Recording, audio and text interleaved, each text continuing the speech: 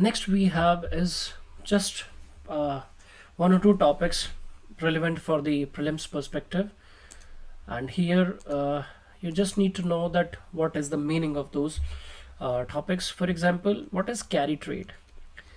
The carry trade might confuse you because UPSC has the tendency to ask when it comes to economic section, so they generally give the vague options so that people have this tendency to mark the wrong answer without knowing the exact application of the word within the field.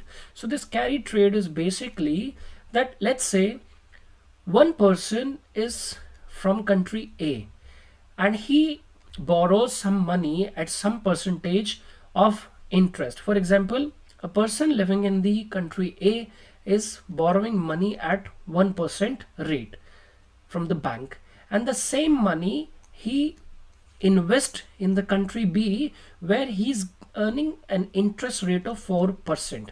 So that means the cost of his money is at 1% and the profit he is making is at 4%. So that means the difference of this 3% is generally his profit, and that's how the investment, the money from the country A is going out and it is coming into the country B. But is it giving the exact benefit to the person? For the individual profits in the individual books, yes, it is giving, but for the overall country it is not giving the real effect, because in this way the local currency appreciates and depreciates, and when the currency appreciates, so here the exports becomes expensive and the imports becomes cheap, and whenever this depreciates, so this concept reverses. So the money going out for the investment in another countries is actually giving an impact over the domestic currency rates. So let's look that what is this carry trade. So when interest rates differ across countries, speculators who want to make profits have a strong incentives to borrow money at low interest rates and lend the money at higher interest rates. But this is, we are talking about country to country. So for example, if banks in the United States gave out loans at 1% while banks in China paid an interest rate of 3% to depositors, so investors would borrow money from United States banks and lend to Chinese banks to capture a nice profit. This trade is popularly known as carry trade. So carry trade is basically the money from one country borrowed at cheaper interest rate and invested in another country at the higher interest rate for making profit in the process is known as the carry trade. So the proceeds would be deposited in the second currency if it offers a higher interest rate. So that means here in this case the dollar is being invested in yuan. Now the proceeds also could be deployed into assets such as stocks, commodities, bonds, or real estates, and this is not good because the money taken on interest, especially about India, you cannot invest that money in another purposes because that money is generally intended for the purpose it has been taken on the loan. For example, you cannot invest the money taken or borrowed on interest from the banks in the stock market. This is illegal.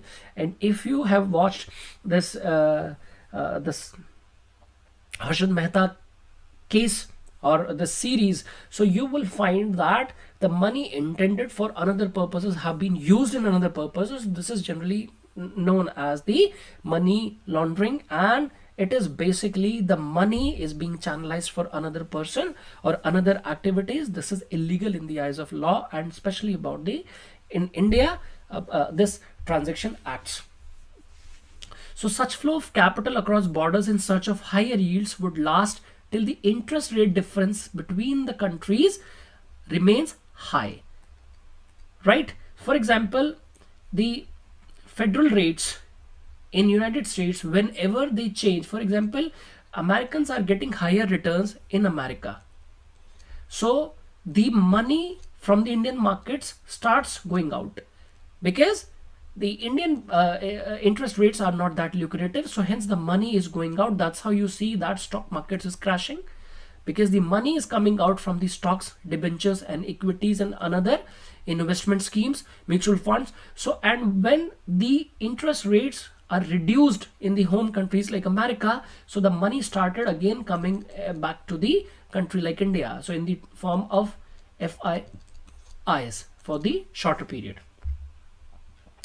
So now the flow of capital across borders, however, is not always desired by central banks, because this is not giving the real exact figure of appreciation of the local currencies due to GDP or exports or other economic activities, or it is not giving the exact figure about the depreciation of the money. So the short movement or transfer of money from one country in search of higher profit interest, it is not desired by the central banks. For instance, when capital flows into a country with high interest rates, this can cause the country's currency to appreciate and affect the size of the country's overall exports.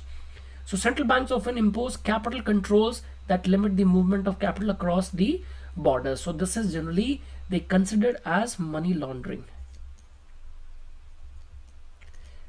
which is a crime, especially in India, right? So this is about this topic of cash and carry trade or carry trade.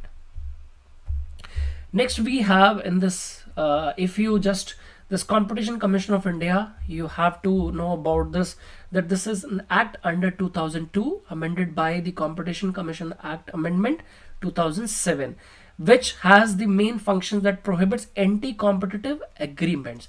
So what Competition Commission of India is give, it sets the fair and transparent business environment in the country. Business environment in the country, so that the business does not remain at one shelf to another shelf at structural level. It means that the people in a democracy also get the chances to take part in the business deals, business agreements, business ventures. Otherwise the business remains at top shelves of the economy or society, and the other people just remain outside of that ambit. So to ensure that free, transparent and healthy environment of business and competition is ensured in the country, this is what Competition Commission of India is doing. So it prohibits anti-competitive agreements, abuse of dominant position by enterprises.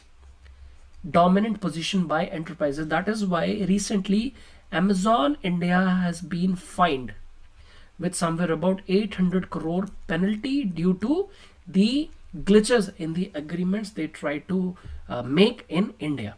It regulates combinations, acquisitions, acquiring on, controls and management and administrations, which causes or likely to cause an appreciable adverse effect on competition within India. Now, the objective of the act are sought to be achieved through the Competition Commission of India as a quasi-judicial body.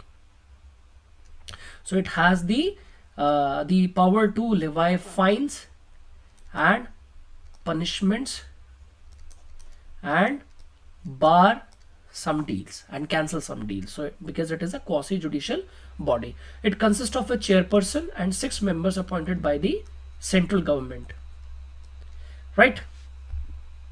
So this is what are the objectives: removes negative competition, promotes sustainable market competition, protects the rights of the consumers, protect freedom of trade in Indian markets, domestic trade, not international, because then that comes under WTO.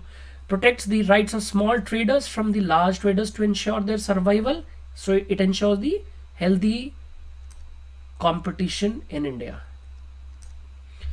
Advise and give suggestions to competition appellate tribunal, run informative campaigns and create public awareness. So it also required to give opinion on competition issues on a reference received from a statutory authority established under law. So if you just read about this Competition Commission of India in this PDF, so you'll get to know that how or in what field it is basically working as the watchdog of market competition. So these are the generally things you should know, because this topic has major applications in the mains part, but not as an individual topic, but from the reference point of view. So you can give it a go. The another we have is the some PT points about the CT value in COVID-19 test. The CT value, these are important points for your prelims. CT value short for cycle threshold, and it is a value that emerges during RT-PCR test for detection of the SARS-CoV-2 virus. So the CT value is there in the rapid antigen test, antigen, and RT-PCR test refers to the number of cycles after which the virus can be detected.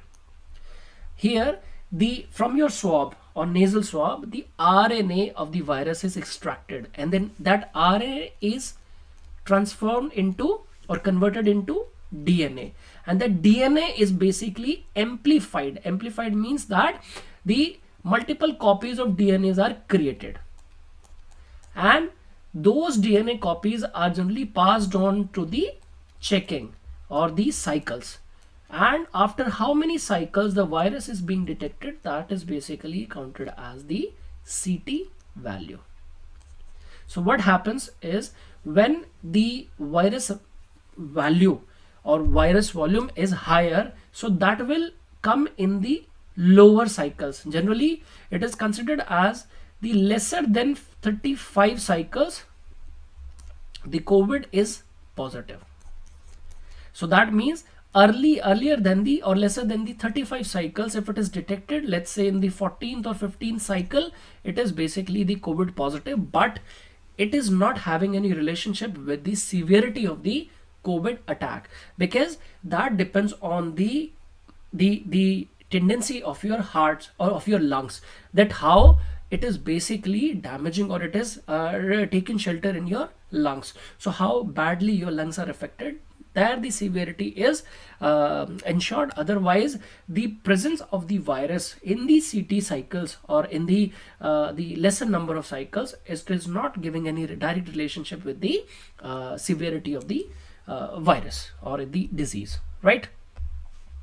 The lower the CT value, the higher the viral load, because in the lesser cycles only, let's say in the initial 5th cycle, you have actually the virus is detected, so you are generally made the COVID positive, so your report is declared COVID positive. So the virus has been spotted after fewer cycles. That means the viral load was high. Viral load was high, right? Now, globally, the accepted cutoff for CT value for COVID-19 ranges between 35 and 40, and depending on instructions from the respective manufacturers of testing equipments, but generally 35 in the virology test is considered as the CT value, right? A patient can have a low CT value. These are your PT points, because here UPSC might ask that higher the CT value and the lesser is the viral load, or the severity is the higher or less. So that's the correlation generally could be made. So a patient can have a low CT value. That means the virus was detected in the earlier phase of cycles of the DNA amplifications, which means the viral load is high enough to be detected rapidly, but she may still be asymptomatic, because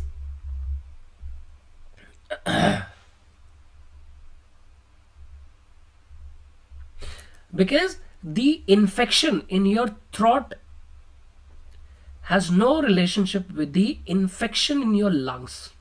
So here the severity of COVID depends on the percentage or volume of infection in lungs, not in the nasal swab, nasal or vocal swabs. So here nasal and vocal swabs gives the viral load assessment, whereas the severity is generally measured on the volume of infection in the lungs. So that higher the CT value is basically the lesser the viral load, and lower the CT value, it means the higher the viral load. So that is basically the general relationship between this CT value and virus of COVID-19. So you just have this basic understanding within this perspective for your exam, and that's how you can generally utilize this information. So thank you so much.